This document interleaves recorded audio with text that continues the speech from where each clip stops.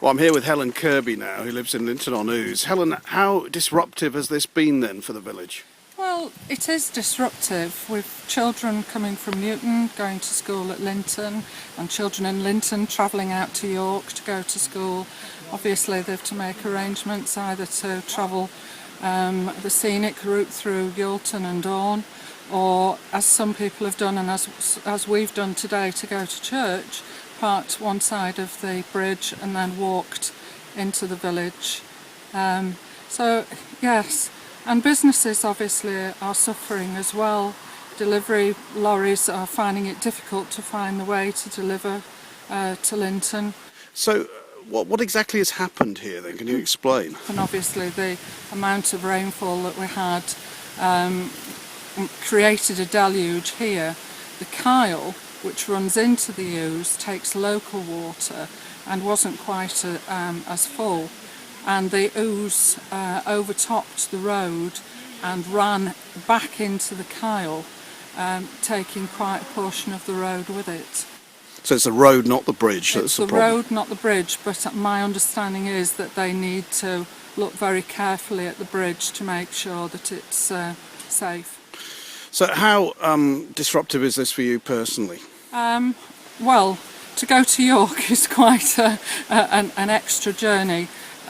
We farm in the area and we have land over at Shipton and at Tollerton, so that's quite a challenge to get there with tractors, particularly with the increased traffic. And the road through Yalton is really suffering because it's a country road. It's not made for heavy vehicles. Hopefully the road closure is until January, but obviously the river is very high again today, and we're going into high river season, and so perhaps the opportunities for them to work may be very limited. And from what we've seen of the hole in the road, this is not going to be a quick fix. We're on the banks of the River Ouse now in Newton on Ouse. This is Kerry Smith, who is the landlord of the Dorney Arms, and we got a boat going past in the background there, and you can see the river level is still high because normally that boat would be in the dip. But Kerry, what's it been like for you running a business round here with this closure then? Well, I think it's definitely affected us. Since the water level has dropped down a little bit, it has steadied off, but it has made a big difference to us because 50% of our customers come from a direction which comes across the bridge, which is now footpath only. So it's certainly been very disappointing for us at this time of year.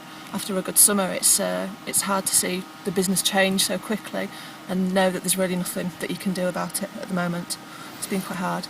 How's it going to be for you having to work like this up until after Christmas then? I mean, your Christmas is a big time for this pub, isn't it? Christmas is a big time for us. I think, to be honest, we will adapt to it. It won't make or break us, but it will be a big difference because at the moment the weather's still fairly pleasant. People don't mind walking across the bridge, so some people will leave cars and just do a couple of minutes walk. But as the weather gets colder and turns, that's going to change. People aren't going to be so happy to do that anymore. The closure is a small bridge in between the two villages, so the access is it's cut between Linton and Newton, but the roads at either side are in perfect condition.